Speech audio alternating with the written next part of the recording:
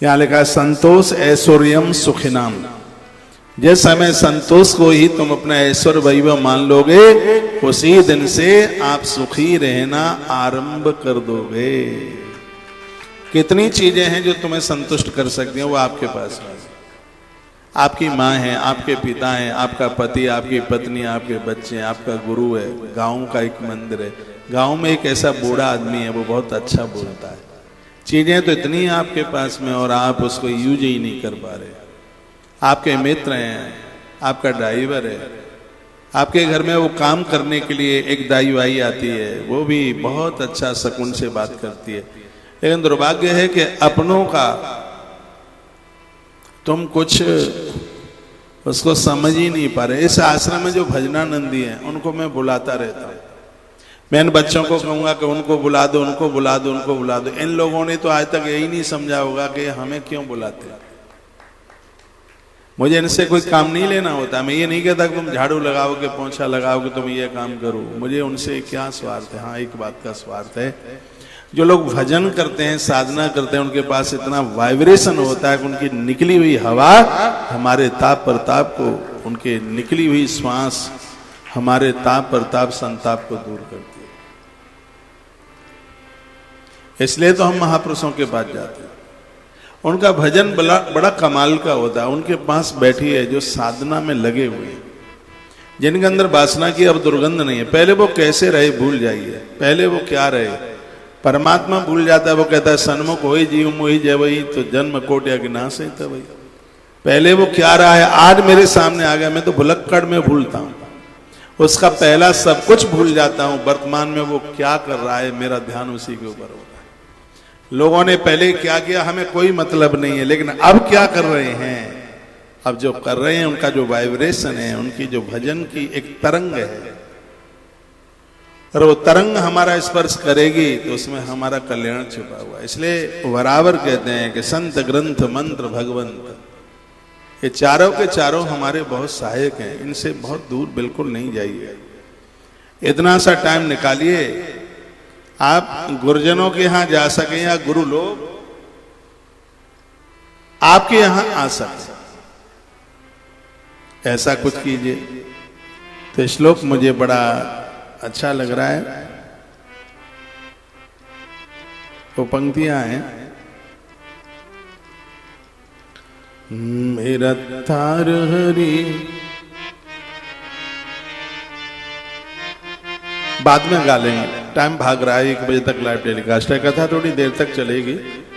जैसे ही 1 बजे live telecast cut up हो तो तत्काल आप तुलसी तपोवन यूट्यूब चैनल पर जुड़कर जितनी देर तक ये महारामायण की कथा चलती है सुन लीजिएगा, क्यों कल अब इसका लास्ट दिन है। परसों से शायद बेदुरनी थी, तो आज और कल की ये कथा है। जो लोग आ रहे हैं वृंदावन पहुंचिए, बीच बीच में गौशाला गौ माता को भी दिखाते रहिए, गौ सदन को भी दिखाते रहिए। इन सब चीजों से प्रेरणा मिलती है और अंदर से भाव भी जागता है। ये पंखे लग रहे हैं गौशाला में, काम चालू हो गया है। टीवी पर देखिए, मुझे घूमता हुआ दिखाई दे रहा है। बड़े बड़े पंखे हैं, एक पंखा इतनी इसकी हवा है कि 50 बाई 50 एरिया को ठंडा करता है। महंगा तो काफी है, 1,30,000 रुपए का पंखा है। बॉम्बे और अहमदाबाद से ये लाए जा रहे हैं, लगाए जा रहे हैं। गौ माता को बहुत आनंद हो रहा है। श्री राजीव खोसला जी, माता संतोष देवी खोसला, बहुत बहुत धन्यवाद है आपका। आपकी तरफ से भी आपने अपने बेटे के निमित्त एक पूरे पंखे का योगदान इस गौशाला के लिए किया है। काम चालू हो गया है, इसको तो बहुत अद्भुत होना है गौशाला का। आप एक मैसेज लेकर के जरूर भेजिएगा, आपको टेलीविजन पर कैसा लग रहा है ये हो रहा है काम। इसमें आप भी सहयोग कीजिएगा, बड़ा काम है। 2-2 हजार रुपए का इसमें सहयोग रखा है। ज्यादा भी कर दोगे तो कोई वादी नहीं करेगा। हाँ, 2000 से भी कोई ज्यादा भी कर दे, कम करना ज्यादा करना, करते रहिएगा, ये काम चलता रहेगा। एक मैसेज में लिखा है इतना बड़ा पंखा 24 बाई 24 का तो पंखा ही है, पंखुड़ियां हैं, बड़ी बड़ी पंखुड़ियां हैं, पता नहीं 16 बाई 16 का है, पूछूंगा मैं, पता नहीं ऐसा ही है, 24 बाई 24 का ही। बैठिए, एक बार जयकारा लगाइए, बोल बांके बिहारी लाल की जय हो, श्री हनुमान जी महाराज की जय, जय जय श्री राधे श्याम। तो जैसे ही 1 बजे तत्काल तुलसी तपोवन यूट्यूब चैनल पर जुड़ करके और आज की पूरी कथा सुनिए। जितना भी मैंने अनाउंस, आज सुबह भी मैंने यहाँ से कुछ बोला है, मंगलवाणी कार्यक्रम में जो कार्यक्रम अभी तक 12:15 बजे तक चल ही रहा था, सब सूचनाएं आपके पास में है ही। हमारी और आपकी अब तीर्थ में मुलाकात तो पुरी में होगी, जगन्नाथपुरी में कोणार्क चलेंगे। सूर्य भगवान का दुनिया का सबसे बड़ा मंदिर है कोणार्क, और यही मंदिर है वो भगवान श्री कृष्ण के पुत्र सांब, उन्होंने ही इस मंदिर की स्थापना कराई थी। सूर्य पुराण में कथा आती है कि सांब को कुष्ठ रोग हो गया पूरे शरीर में, तो उन्होंने चंद्रभागा नदी के किनारे पर यहीं भगवान सूर्यदेव की आराधना करी और भगवान सूर्यदेव का अद्भुत मंदिर यहाँ पर बनाया। कहते हैं पूरी मृत्यु लोक में सूर्य भगवान की पहली किरण इस मंदिर के ऊपर ही पड़ती है, ऐसा बता। चंद्रभागा नदी और सागर का संगम है, तो ऐसी जगह पर हमें और आपको पहुंचने का सौभाग्य प्राप्त होगा। 16 तारीख को मैं चंद्रभागा नदी के किनारे से चंद्रभागा नदी की महात्म्य महिमा का वर्णन करूंगा। इस नदी की भी कितनी महिमा है, 4000 नदियां बहती हैं और एक से एक नदी इतनी अद्भुत है कि जो जीव के बिल्कुल कल्याण में लगी है। ये सब महात्म्य हम आपके पास में पहुंचाएगा और इन्हें सब कुछ सुनकर के और हमारी श्रद्धा बढ़ती है नदियों के प्रति। चंद्रभागा नदी, मैं तो कहूँगा जो भी पुरी जगन्नाथ जाता है इतना सा समय निकाल के जाइए, समुद्र और चंद्रभागा के संगम का आप दर्शन कर सके। कथाएं तो पूरे वर्ष भर हम पूरे देश में करते ही रहते हैं, लेकिन पुरी जगन्नाथ का आयोजन भी अपने आप में बहुत विशेष है। आप जरूर पधारिए, आश्रम के नंबरों पर आप कांटेक्ट कर लें, नहीं तो वहाँ रूम नहीं मिल पाएंगे, कमरों की बड़ी दिक्कत है, बड़ा महंगा हो गया है। ऐसा ही एक दूसरा कार्यक्रम बड़ा अद्भुत होने को जा रहा है गोवर्धन में, श्री गिरिराज जी में, श्री गिरिराज साफा पगड़ी महोत्सव। पूरे 7 कोस के गिरिराज जी, उनको साफा बांधा जाएगा, चंदन लगाया जाएगा। इसमें क्विंटलों चंदन लगेगा गिरिराज जी को, किलो में नहीं, क्विंटलों में चंदन, उनको क्विंटलों में दूध के द्वारा उनका अभिषेक होगा। इतना अद्भुत आयोजन, और आनंद की बात है कि उस दिन सोमवती अमावस्या है और आप इस कलयुग के इस अनुष्ठान का दर्शन करने के लिए आप आइए। हो सके तो आप 84 कोस ब्रज यात्रा भी 8 तारीख से यानी 8 जून से 14 जून तक है, उसमें भी भागी बनिए, कथा सुनने के लिए आइए, पोथी उठवाइए, गोवर्धन गिरिराज जी की पोथी, जिसके लिए सुखदेव भगवान कहते हैं जब तक धरती पर गंगा और गोवर्धन रहेंगे तब तक कलयुग व्यक्ति का कुछ नहीं बिगाड़ सकता।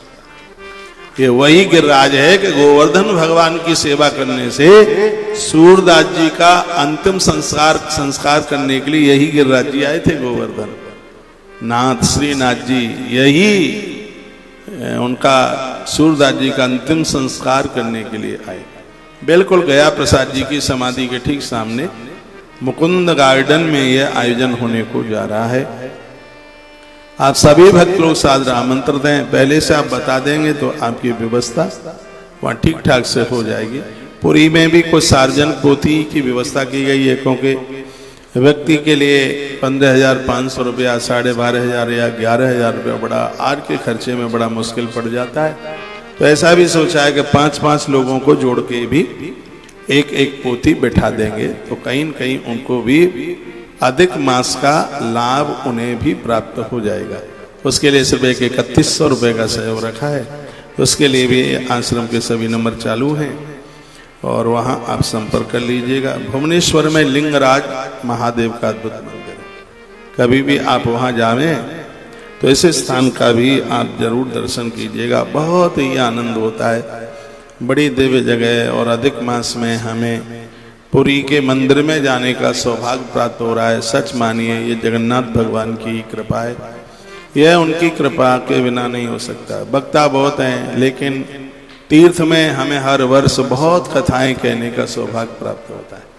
चाहे माता वैष्णो देवी हो, चाहे पितरों की भूमि श्री गया जी हो, चाहे महाकाल भगवान हो, चाहे पुष्कर राज पुष्कर तीर्थ हो, हर वर्ष साल के कुछ तो ऐसे बने हुए कार्यक्रम हैं जहां पर हर वर्ष पहुंचना ही हो जाता है।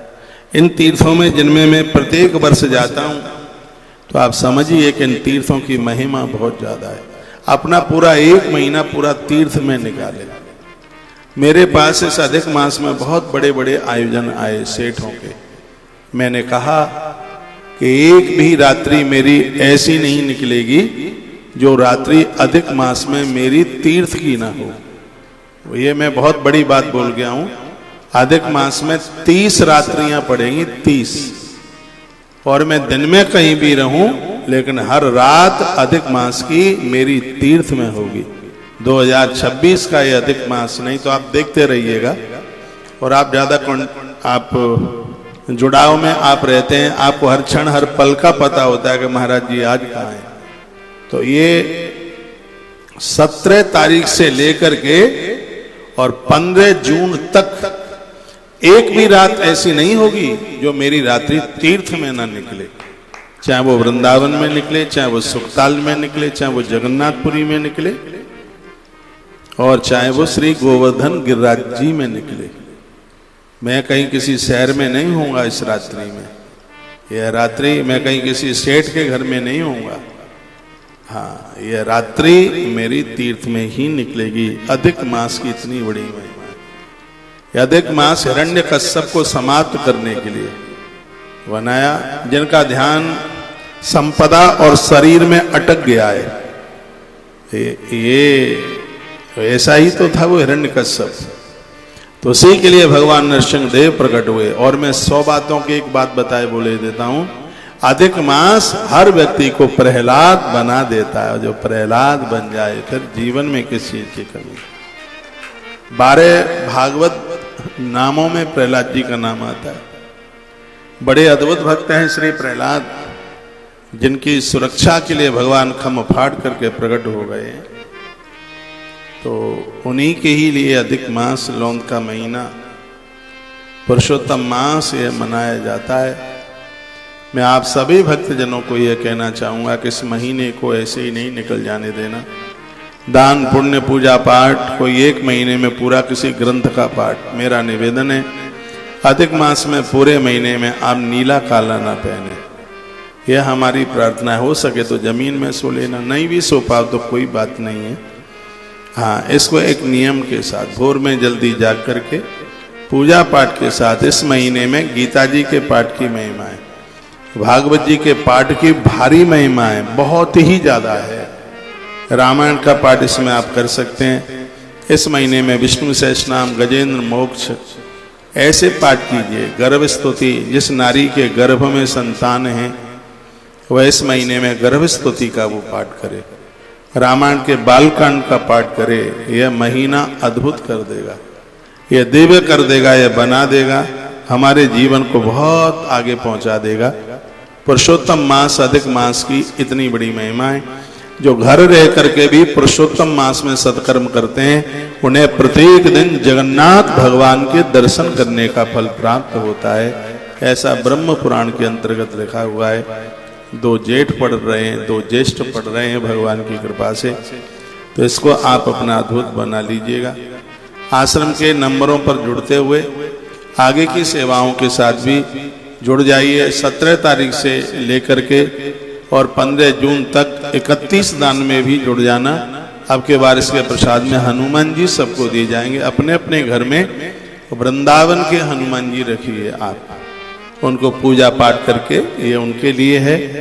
जो पूरा 1 महीने की 31 दान की सेवा से 6000 रुपये का सहयोग है, उसमें आप जरूर जुड़िए। एक दिन के लिए आप करते हैं सिर्फ 500 रुपया पर डे का सहयोग। वो आप देखेंगे कपूर कितना बटेगा, कलावा कितना बटेगा, चंदन कितना बटेगा, सामग्रियां कितनी बटेंगी, कितना सब अनाज जाएगा, कितनी रुई जाएगी। वो तो पूरा का पूरा ब्रह्म पुराण में वर्णन है ना, और उसमें नरसिंह पुराण में वर्णन है कि अधिक मास में क्या क्या आप दान पुण्य आप कर सकते हैं। एक बार जयकारा हमारे साथ लगाइए, बोलिए बांके बिहारी लाल की जय हो। अब मैंने आपको नीला काला बोल दिया, ऐसा कुछ नहीं है कि धरती फट जाएगी नीला काला आप पहन लेंगे तो। अब हम इन ग्रंथों में सुनते हैं, एक रंग तो इतना खतरनाक है उसके लिए, सफेद वस्त्र में नील लगा करके जो लोग पूजा में बैठते हैं, कहते हैं ईश्वर उनकी पूजा स्वीकार नहीं करता, जेंट्स लेडीज कोई भी। पहले के समय में नील लगाते थे, नील के संग टिनोपाल और लगाते थे उसमें, पुराने समय में वो नीला कपड़ा है इस तरीके का। वैसे तो नीला और काला तो कोई भी और दिन में पहन लीजिए, पूजा के समय में तो पहनना ही नहीं है बिल्कुल भी।